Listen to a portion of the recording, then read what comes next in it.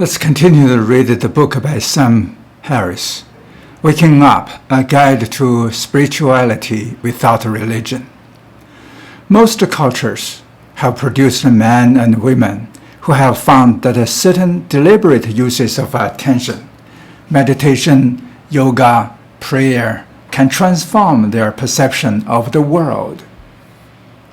Their efforts generally begin with the realization that even in the best of circumstances, happiness is elusive.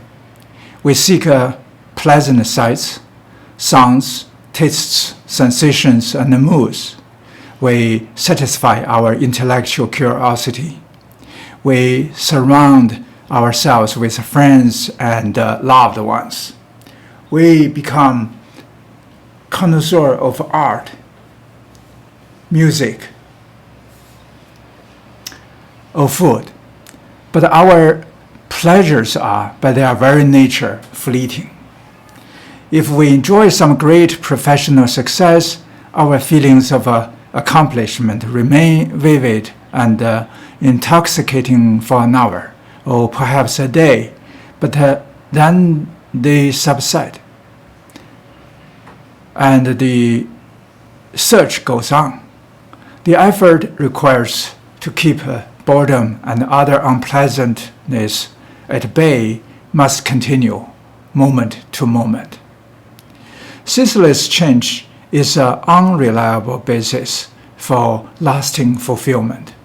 Realizing this, many people began to wonder whether a deeper source of well-being exists. Is there a form of happiness beyond the mere repetition of a pleasure and avoidance of a pain?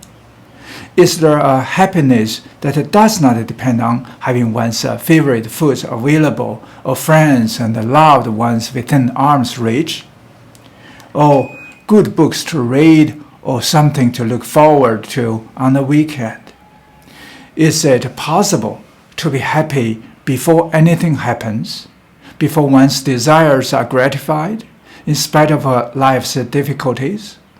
In the very midst of physical pain, old age, disease, and death, we are all, in some sense, living our answer to this question. And most of us are living as though the answer were no. No, nothing is more profound than repeating one's pleasure and avoiding one's pains. Nothing is more profound than seeking satisfaction, sensory, emotional, and intellectual, moment after moment. Just keeping your foot on the gas until you run out of a road. Certain people, however, come to suspect that human existence might encompass more than this. Many of them are led to suspect this by religion, but the claims of the Buddha or Jesus or some other celebrated figure. And such people often begin to practice various disciplines of attention as a means of examining their experience closely enough to see whether a deeper source of well-being exists. They may even sequester themselves in caves or monasteries for months or years at a time to facilitate this process. Why would a person do this? No doubt there are many motives for repeating from the world, and some of them are psychologically unhealthy. In its wisest form, however, the exercise amounts to a very simple experiment. Here is its logic. If there exists a source of a psychological well-being that does not depend upon merely gratifying one's desires, then it should be present even when all the usual sources of pleasure have been removed.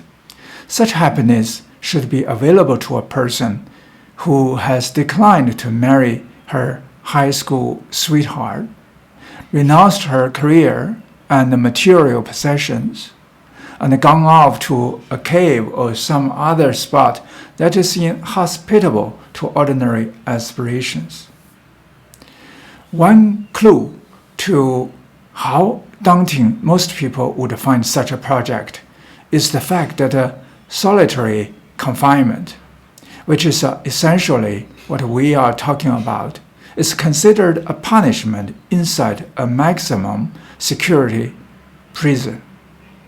Even when forced to live among murderers and rapists, most people still prefer the company of others to spending any significant amount of time alone in a room.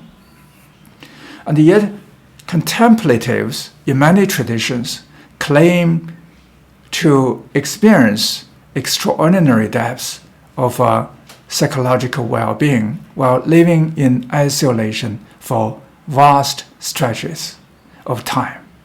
However, how should we interpret this? Either the contemplative literature is a catalog of religious delusion, psychopathology, and deliberate fraud, or people have been having deliberating insights under the name of spirituality and mysticism for millennia. Let's stop here for a moment.